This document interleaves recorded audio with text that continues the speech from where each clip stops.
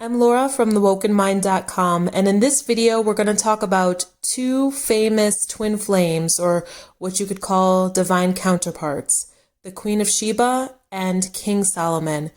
We're going to discuss the mythology that surrounds their mysterious relationship, as well as their connection to the Ark of the Covenant and the 12 tribes of Israel.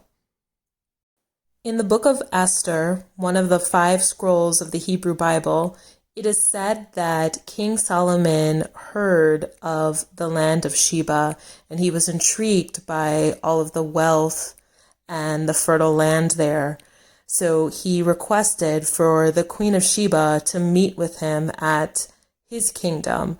Now, this wasn't the most pleasant request. It said that in the letter, he stated that if she did not come to see him at his kingdom, he would send devils and ghosts to haunt her in the middle of the night until she honored his request. And this letter was sent by a moorcock bird to the Queen of Sheba.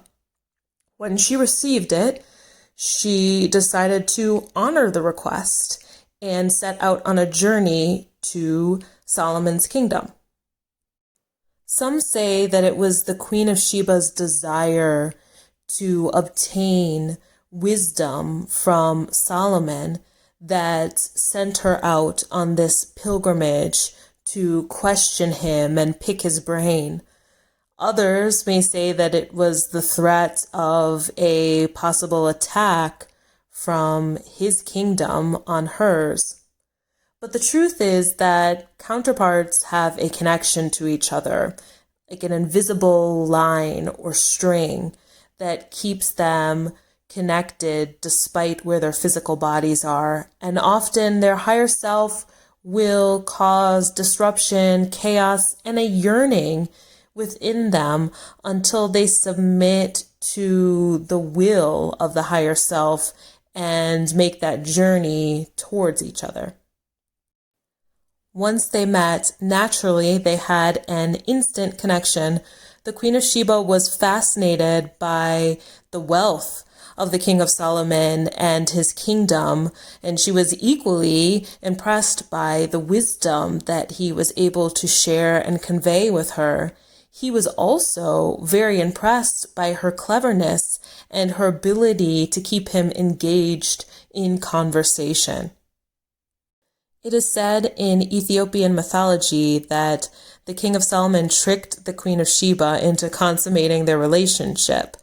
She had asked him to respect her boundaries, and he agreed as long as she agreed that she wouldn't take anything from his kingdom. It is believed that he wined and dined her one night and gave her very salty food. And after having this food, she became very thirsty and ended up needing some water. He came into her bedroom and accused her of taking something from his kingdom, and then said that she broke her promise and he now could break his. Jewish mythology claims that the Queen of Sheba was Lilith in disguise and that she seduced King Solomon.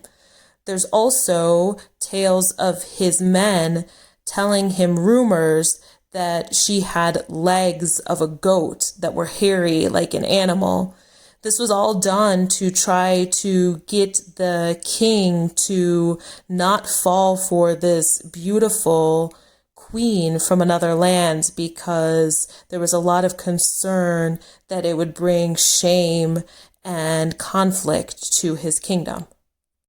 The truth is that the connection between them was most likely mutual, and their kingdoms were the manifestation of the karma created by their egos, and that was what was trying to persuade them to stay apart and go their separate ways and not come into union.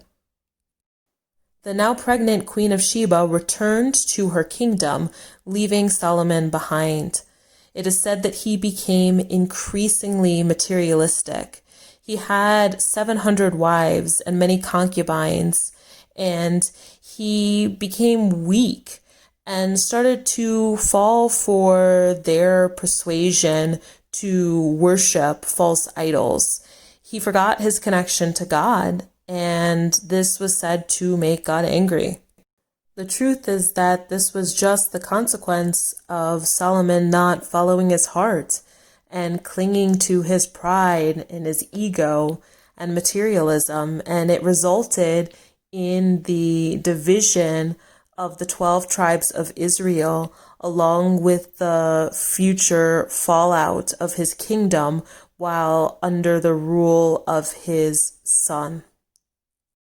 There's a somewhat mysterious book in the Bible called the Song of Solomon, or the Song of Songs, and it's been really difficult for religious figures and leaders to really pinpoint exactly what its purpose is and what it's trying to convey.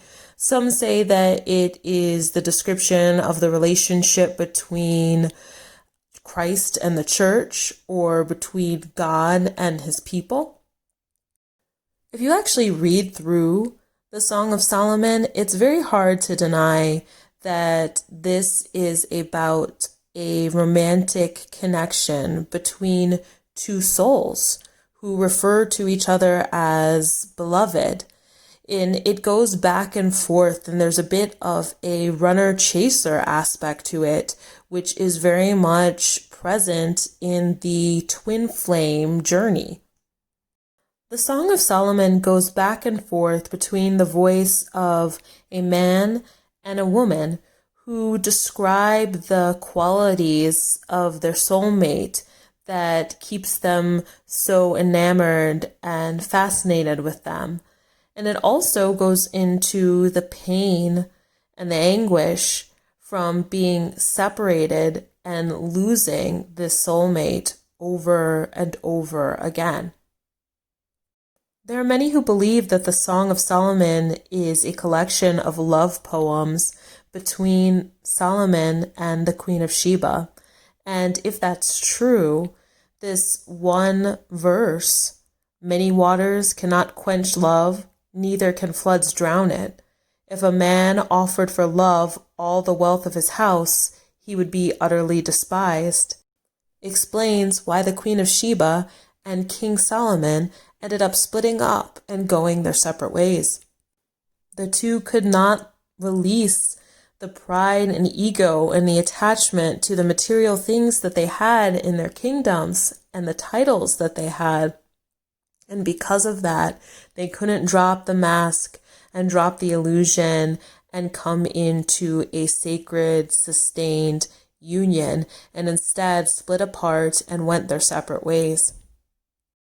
Ethiopian mythology claims that the Queen of Sheba returned to her kingdom and gave birth to a son, Menelik I, who then went on to return to Israel to meet with his father. He found his father disconnected from God and stuck in materialism. And it is said that either his father gave him as a gift the Ark of the Covenant, or that he stole it in the middle of the night and brought it back to Ethiopia, where it still is now to this day. Haile Selassie, the last emperor of Ethiopia, is believed to be a descendant of the Queen of Sheba, which would make him a descendant of the bloodline of Solomon. In the Gospel according to Luke, it is said that Jesus said that the Queen of Sheba would rise up against the sinners of this generation and condemn them, for she came from her kingdom and met with the King of Solomon to hear his wisdom. What Christ was describing was the rise of the divine feminine at the end of days, the end of the cycle, where she would find the courage to rise up in her divinity and unite with her inner masculine in sacred union, achieving the ability to ground the wisdom of Sophia with the logic and the reason of the masculine counterpart. The book of Revelation states that at the end of days, when the judgment comes, the divine counterparts from the tribes of Israel, the 144,000, will come together in sacred union, and the 12 tribes that split apart after the split of the Queen of Sheba and the King Solomon will finally be reunited. If you'd like to know more about the sacred union, you can find my videos, The Mystery of the Sacred Union Between the Divine Masculine and Divine Feminine, and The Mystery of the Sacred Union Part 2, Adam, Lilith, and Eve, here on my YouTube channel. Thank you so much for joining me here, and I'm sending you lots of love and blessings. Take care.